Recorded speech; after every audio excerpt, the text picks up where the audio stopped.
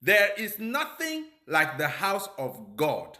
One popular verse of the Bible that is always on the lips of Christians every Sunday morning as they go to church is Psalms 122 verse 1, which says, I was glad when they said unto me, let us go to my father's house. So according to them, they are going to the house of the Lord. But let me bust your bubble. There is nothing like the house of God. This is an orchestration brought about by religious leaders to guilt strip you so that you will donate your money to help them build a structure that they will later on pass on to their children as inheritance. Otherwise, there is nothing like the house of God. What you call a church building is just a normal hall where Christians assemble to come and do their Christian business and go home. It's even the same with the mosque. It is not the house of God. It is just a place where they gather to do their religious business and go back home. That place is powerless. It is just an ordinary hall like any other hall. Most of these Pentecostal churches have even understood this. That is why they even go and rent nightclubs and hold their crusades in nightclubs, because they know that a church is not more holy than a nightclub. Or they go and rent a conference center and hold their crusades there. A church has nothing special.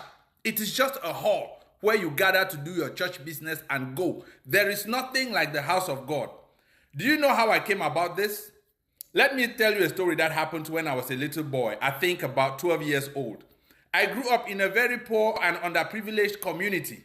And at the time I was growing up, the local community was trying to build a church. Most of the people in this community were peasant farmers. They did not have money. So the church project was something that was going to take years, because every year when they harvest, they sell, they bring some of their money to donate to the church construction project. It would sometimes not go a long way, but they could only do what they could with the money they had. So they struggled and raised the walls until when they got to the level of the roof, that was the heaviest part of the project because it needed a lot of funds at once. It took them about 3 to 4 years to raise the money to be able to roof that church building. I saw how these people sweated and strained themselves. They gave their all to be able to raise that church structure. It was not an easy thing.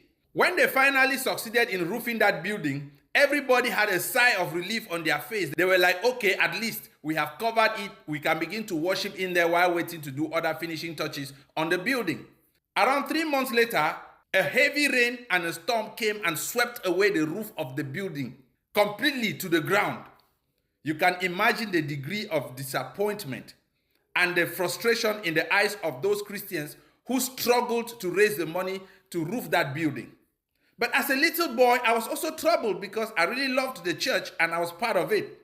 And I was asking myself, this was my inner monologue. I was like,